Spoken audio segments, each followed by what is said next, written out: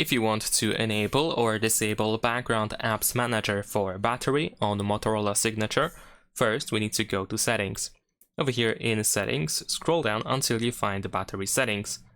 Once you open battery settings, then you should be able to also find the Manage Background Apps option. So we can go over here in order to decide if you want to use the Background Apps Manager or not. This can be easily enabled or disabled.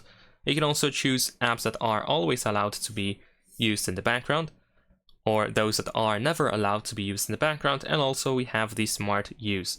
If you want to add something to this list, we can use this plus button in the upper right corner, and then you can choose apps from this list, if there is anything, of course, that can be added in here. And for these Smart Background Use, for example, we should be able to also use this setting in order to switch it up, or usually you can just tap on the app itself.